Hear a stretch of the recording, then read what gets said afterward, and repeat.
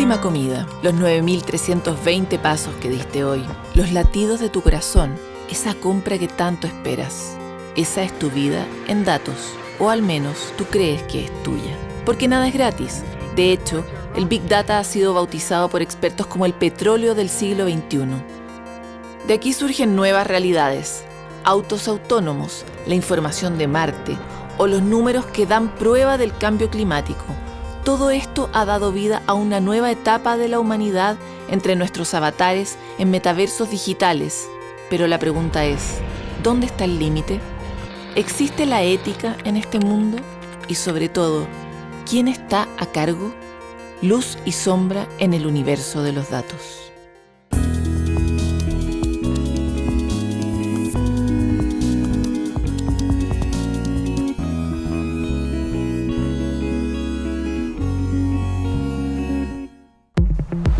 La trayectoria de la sonda que viaja a Júpiter, el motor de Google o un avión invisible tienen una cosa en común, la matemática. Todas necesitan una fórmula que permita hacer su funcionamiento eficiente y perfecto. La matemática nos permite modelar el mundo y encontrar soluciones específicas para diversos campos, entre ellos la medicina. Hola, soy Carlos Jerez, soy matemático y me encanta aplicar las matemáticas al mundo. No existe mejor ingeniera o científica que la naturaleza. A medida que profundizamos en el conocimiento de sus estructuras, sus procesos, nos maravillamos con su eficiente uso de la energía, en la utilización de procesos lentos y rápidos, sabiendo precisamente cuándo actuar uno u otro. Nosotros tenemos mucho que aprender de ella y para pensar en un desarrollo sostenible, no hay mejor inspiración hoy que la naturaleza. La matemática es un lenguaje que nos permite abstraer características relevantes de lo que podamos imaginar, desde cómo se comporta el sistema solar, cómo se comporta un río, cómo se comporta la temperatura. Y, por lo tanto, también podemos pensar en que la matemática nos puede ayudar a entender mejor qué lo está ocurriendo a nivel celular, a nivel de neuronas, a nivel de funcionamiento cerebral. Es un lenguaje para explorar el mundo. Es el lenguaje que permite que generaciones del pasado, del presente y del futuro conversen, que disciplinas que están completamente desconectadas puedan tener un eje común. Esta manera de aproximarse al mundo y comprenderlo puede tener aplicaciones muy concretas, como la medicina.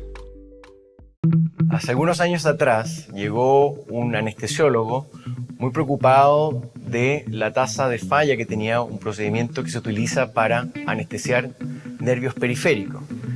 Y en el departamento de ingeniería eléctrica, donde estaba trabajando en ese momento, todos me miraron, bueno, a lo mejor tú puedes decir algo.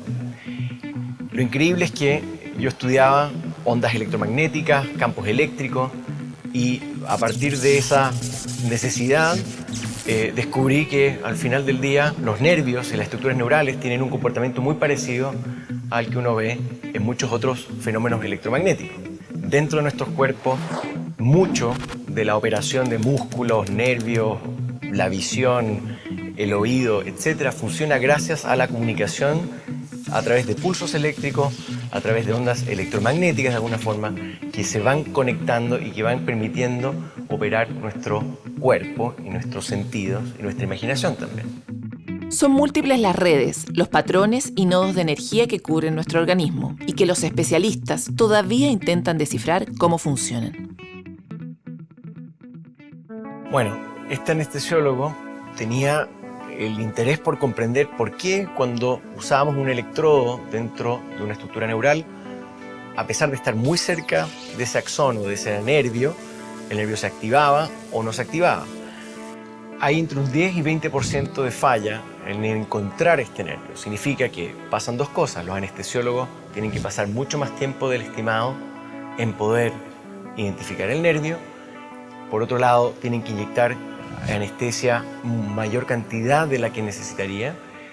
Tercero, el paciente puede seguir teniendo dolor y por lo tanto el poder ser más eficiente y más óptimos en la localización de estos nervios es clave.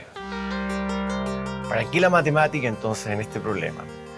Resulta que las estructuras que están dentro de los nervios, los axones que están ahí mismo, a veces ocultan los nervios que queremos realmente identificar para poder colocar sobre esos nervios específicos la anestesia que, por ejemplo, va a necesitar alguien que tiene un implante, una prótesis.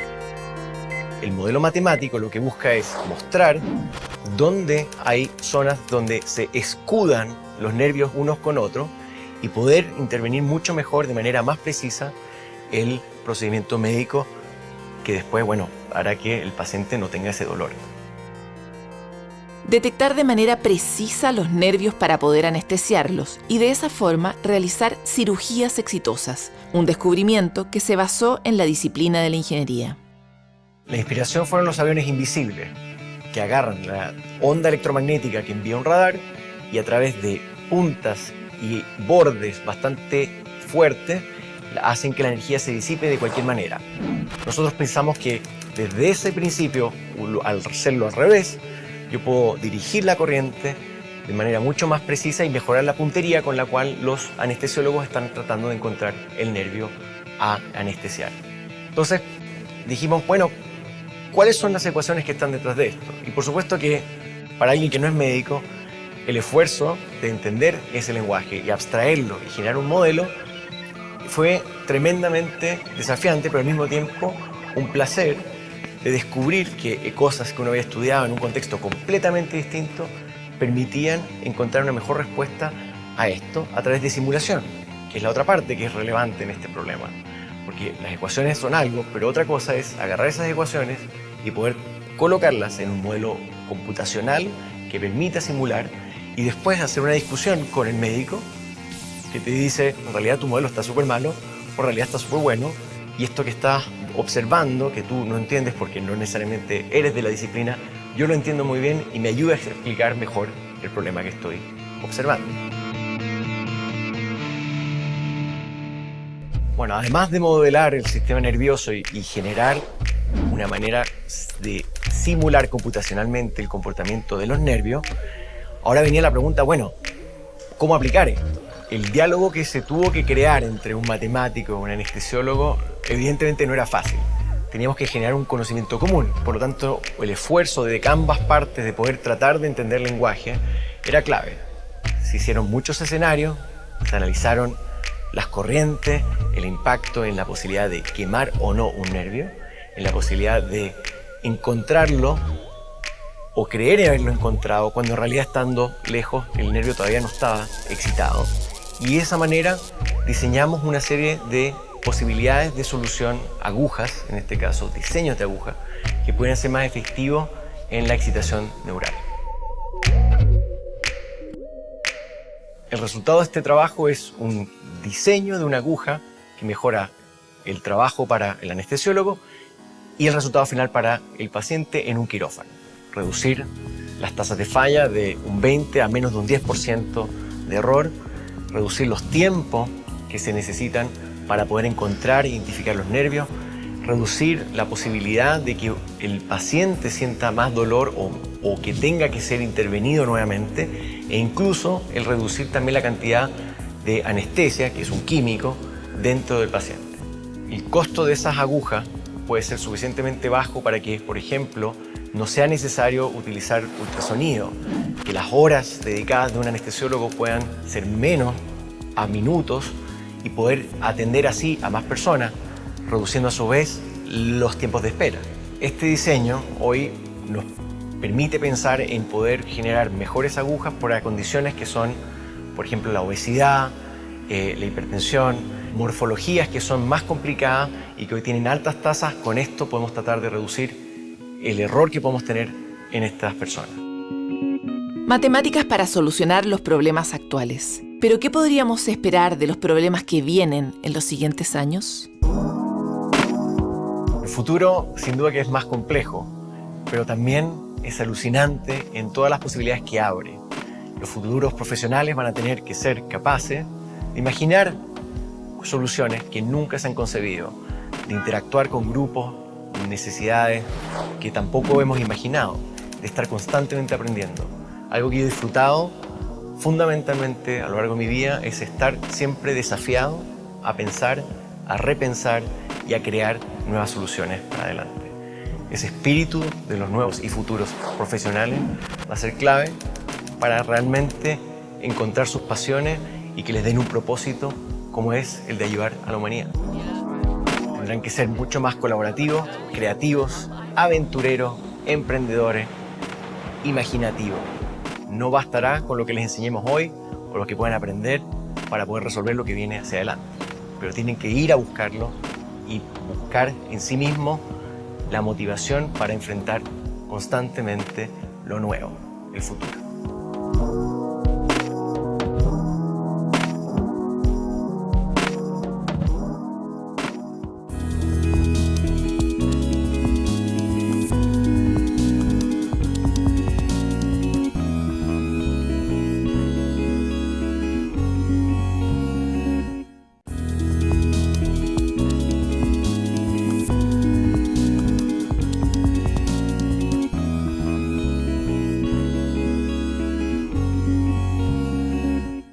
Vivimos en un mundo complejo. Muchas veces nuestras decisiones tienen dimensiones matemáticas y otras morales. Matemáticas porque los recursos se acaban. A pesar de que nos encanta servirnos del planeta, utilizar todos sus recursos permanentemente, son finitos y estamos viviendo esa crisis. Morales porque cada vez tenemos más información sobre que, por ejemplo, los animales son seres sintientes y no queremos dañarlos. ¿Cómo podemos encontrar un equilibrio? Tal vez de la mano de un algoritmo. Las proteínas son moléculas grandes y complejas que desempeñan múltiples funciones críticas, como defendernos de los virus, llevar mensajes para desencadenar procesos en el cuerpo o dar estructura a nuestras células, por ejemplo. Estas heroínas son clave para nuestra vida, sostienen los miles de millones de procedimientos que nos permiten desarrollarnos, crecer y respirar. Imagínate que pudiéramos extraer la proteína superpoderosa detrás de algún proceso y aplicarla donde queramos. ¿Cómo? Utilizando a MADI, una plataforma basada en inteligencia artificial que es capaz de identificar en fuentes naturales qué proteínas específicas pueden cumplir una función que estamos buscando. Es así como no necesitaríamos, por ejemplo, extraer del colágeno de los cerdos la proteína que permite fabricar gomitas, o identificar una proteína que mata hongos y agregarla al pan para aumentar su vida útil. Todo esto con un gran objetivo: salvar el planeta, reducir la huella de carbono, el sufrimiento animal y hacer sustentable nuestra existencia. Arte y ciencia comparten un ADN común, que es la creatividad. Sin ella, ninguna de las dos disciplinas podría desarrollarse. Hoy, el arte está siendo un nuevo lenguaje para entender la frontera de la ciencia. Jer Thorpe es un artista de datos. Con experiencia en genética, su práctica de arte digital explora los múltiples límites entre la ciencia, los datos, el arte y la cultura. Su singular técnica lo llevó a crear un reconocido memorial a las víctimas del atentado a las Torres Gemelas en Nueva York. Así, su trabajo se ha exhibido en Europa, Asia, América del Norte, América del Sur e incluso en el Museo de Arte Moderno en Manhattan. Hola, soy Jer Thorpe. Soy un artista de datos y trabajo y pienso las preguntas sobre cómo podemos tener una mejor relación con la data en el futuro. Soy un artista de datos, lo que son como dos palabras raras puestas juntas. Eso significa que hago un trabajo artístico que explora las relaciones humanas y la información. Eso puede ser desde obras que existen en la web hasta actuaciones, esculturas o instalaciones en lugares públicos que tratan de hacernos pensar de manera diferente sobre cómo existimos en este mundo de datos. Tendemos a visualizar los datos como números, algo lejano y frío, pero están más cerca de lo que creemos y vivimos en ellos. La pregunta es ¿cómo convivir con ellos? Una tarea que aborda Jer en su libro. Nos están tomando datos todo el tiempo, cuando usas el navegador, cuando estás caminando con tu celular, cuando hay cámaras de reconocimiento facial en centros comerciales, en todo tipo de lugares y así sucesivamente. Y como personas a las que se les toma los datos, no tenemos mucho que decir sobre eso, por lo que creo que es una forma bastante útil de cambiar nuestra idea sobre que la información es esta cosa, y en cambio entenderla como algo en lo que estamos inmersos viviendo. Si aceptamos eso, que vivimos en los datos, surgen preguntas muy interesantes. Si vivo en los datos, ¿cuáles son mis derechos? ¿O cuáles son mis responsabilidades? Y al englobar todo eso, el libro se trata realmente sobre cómo debiese ser un ciudadano de los datos. Soy un ciudadano de Nueva York, soy ciudadano de Estados Unidos, pero también soy un ciudadano de la democracia, un ciudadano del capitalismo. Y de esa misma manera creo que tenemos que pensar en nosotros mismos viviendo en el mundo de la información. Parece desolador pensar que no tenemos el control sobre los datos, que ellos en realidad nos controlan a nosotros, pero el futuro puede ser mucho más que eso. La clave está en involucrarnos. El futuro que quiero con la información es que la gente, y me refiero a la gente en general, se pueda involucrar en esto. O sea, que puedan recolectar sus propios datos, descubrir sus propias perspectivas y que puedan encontrar formas de decirles a sus comunidades. Un muy buen ejemplo es algo realmente simple. Hemos estado trabajando en un sistema de sensores de código abierto llamado FieldKit. Ahora, por ejemplo, si vives en una área de la ciudad que crees que tiene altos niveles de polución, y quieres construir un sensor de calidad del aire o comprar uno, es técnicamente muy difícil o es costoso. Entonces, nosotros estamos imaginando un mundo en donde puedes ir a la biblioteca local y utilizar estos dispositivos y cómo un ciudadano promedio podría contribuir a este conocimiento, que nos podría ayudar a entender cuáles son las condiciones de la ciudad y quizás no solo contribuir a que tu gobierno tome mejores decisiones, sino que también te podría entregar una causa a la cual defender.